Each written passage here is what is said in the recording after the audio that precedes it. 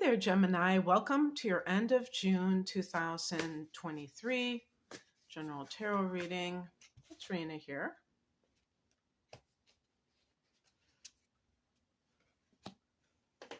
It's kind of weird because I have this magnified and I don't really know it might be a little bit too magnified. Not quite sure. So just bear with me with these ability to see every card. I'm going to hold them up anyway. So it's all good.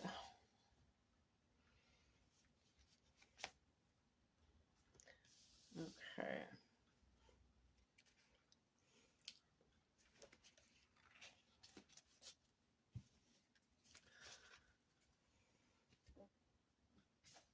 The heart of the matter is the King of Cups, and you see the little pendant that he has.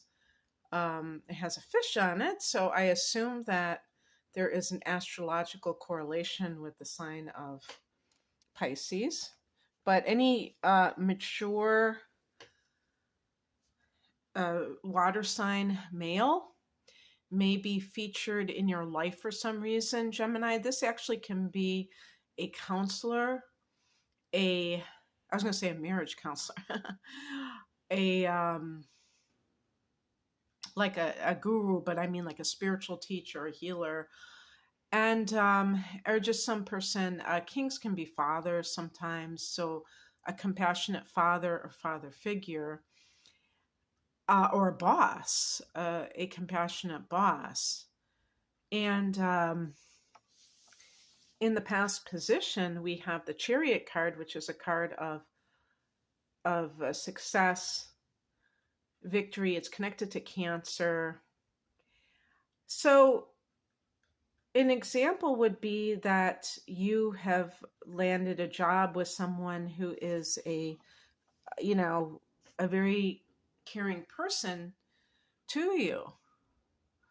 Or you have met someone and are dating someone who is like the King of Cups.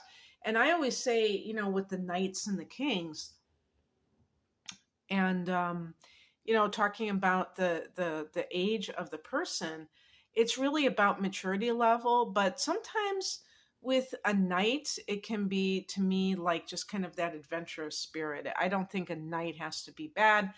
And maturity is, to me, not about chronological age. So you can have somebody who's young who can be the King of Cups. But with those two cards, it might be a Cancer individual. And Cancer is the sign that is adjacent to you, Gemini. So that is always a possibility. But the point is that this person gets you. Geminis are not easy to get because you might be misunderstood to some degree by people who assume that you are uncaring or that you are commitment phobic. I don't think that Geminis are commitment phobic. I think that you just have a need for a very special type of relationship in person. But I think you can commit with the best of them when you find that individual. So this can be a situation where you have I was going to say like you've won the lottery, but it's really this self-mastery. It's not something random. So maybe you really put your mind to something and you have accomplished it.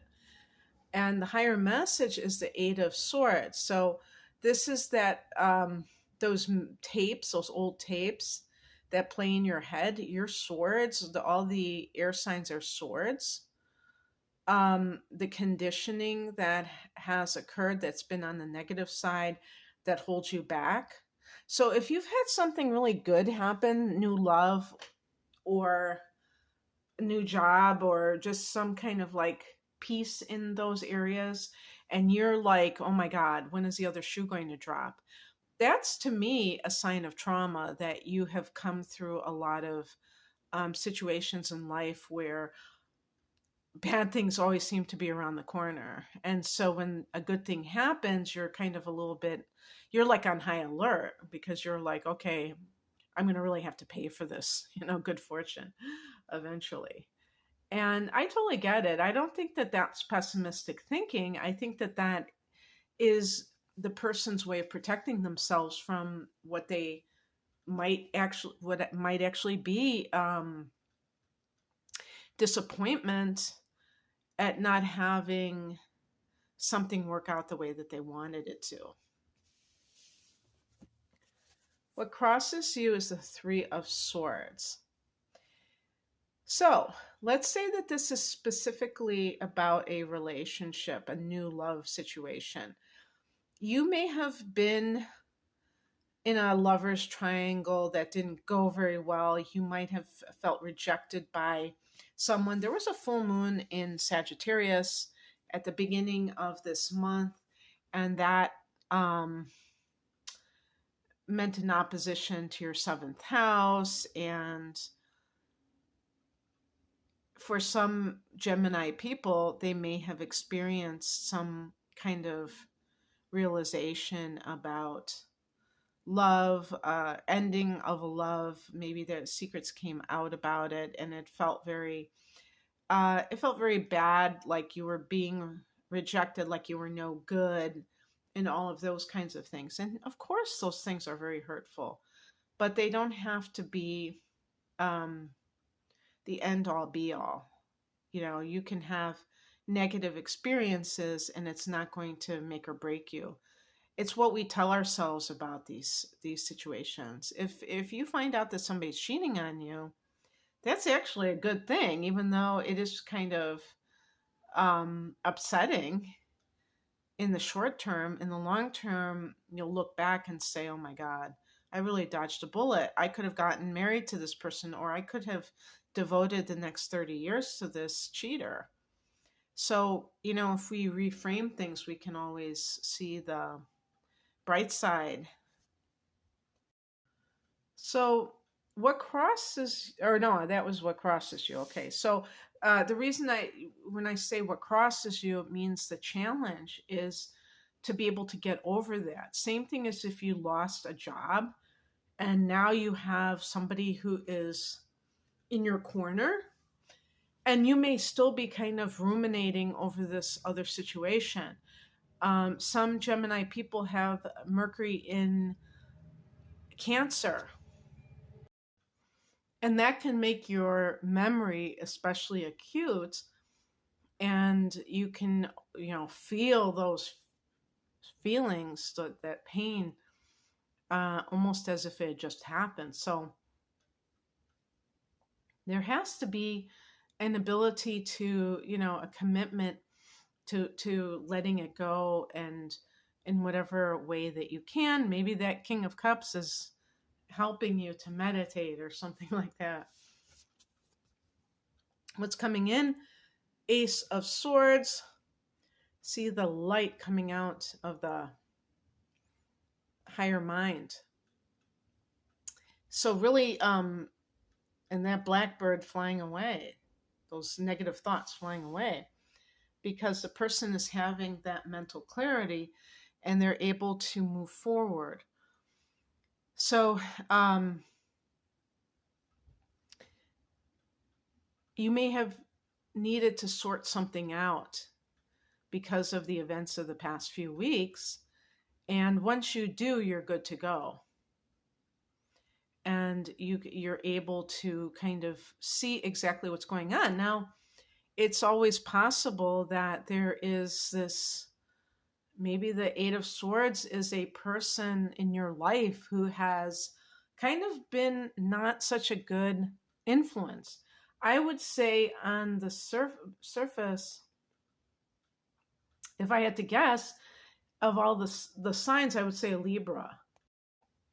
And here's something that's really crazy, like close to Scorpio, or having Scorpio planets, because a Libra person who does have some of these inner planets in Scorpio, or maybe they have their sun very close to the cusp of Scorpio, can use relationships as kind of their shadow work, where they are entering into relationships and conducting themselves in ways that really kind of create a lot of um, crisis.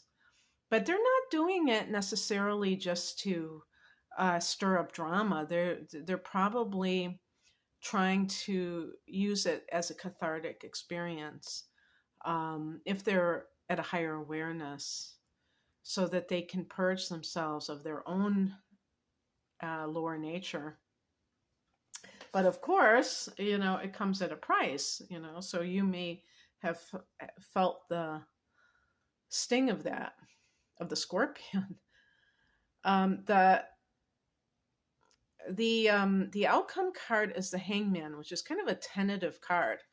And I think it's funny because this is actually connected to, I think, Neptune, which is the ruler of Pisces. So again, going back to that King of Cups, maybe there is somebody of that sign that you're dealing with.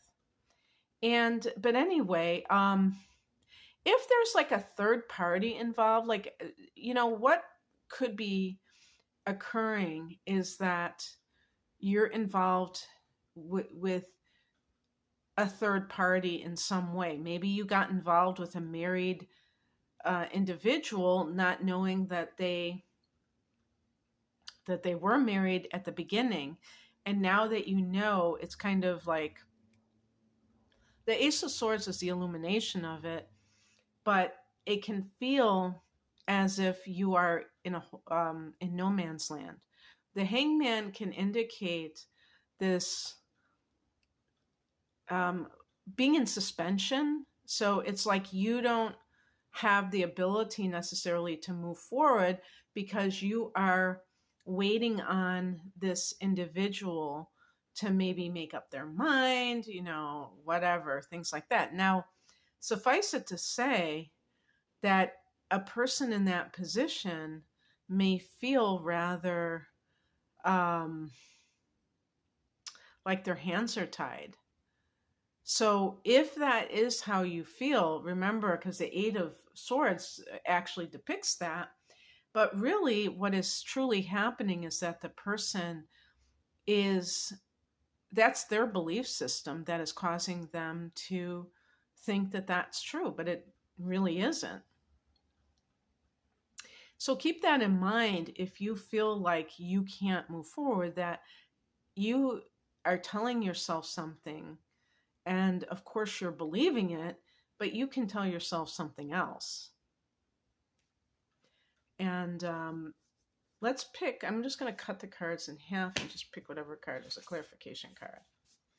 Okay, the Hierophant. Interesting. Now, it's almost like the Stairway to Heaven, but this is actually connected to Taurus, which is strange. I think it should be Sagittarius. I think I say that just about every time that I pick that card. It's a major arcana card, which means that it carries more weight for overall importance of events. And it's connected to religion. So you could say the spiritual side of life. But it's also connected to marriage or tradition. So the bottom line is that if you're someone, and this can work either way, if you're someone who is having an affair and you feel kind of tormented by it, maybe the Eight of Swords is representing your negative feelings about it, you may choose marriage. You may choose your marriage because maybe you do have kids, and maybe there's a traditional side to you where you don't want this complete breakup, or you want to honor your commitment, even if you strayed from it. Now, you may be somebody that is the third party, and it was not something that you consented to with full knowledge.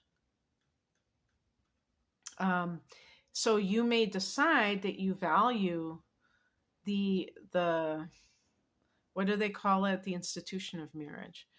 And even if you're not married or you never have been, you don't want to cheat and be the cause of someone else's breakup, even if you weren't the one who consciously did that. Likewise, if you are the person that um, knows that you're with someone that is committed and you want them to leave that person for you,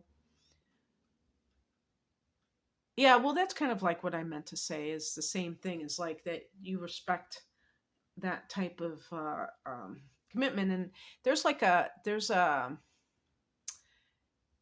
connection to morals or ethics with this card. And I really, I've, of course, because of the religious component. And so you may be thinking about things in a different way.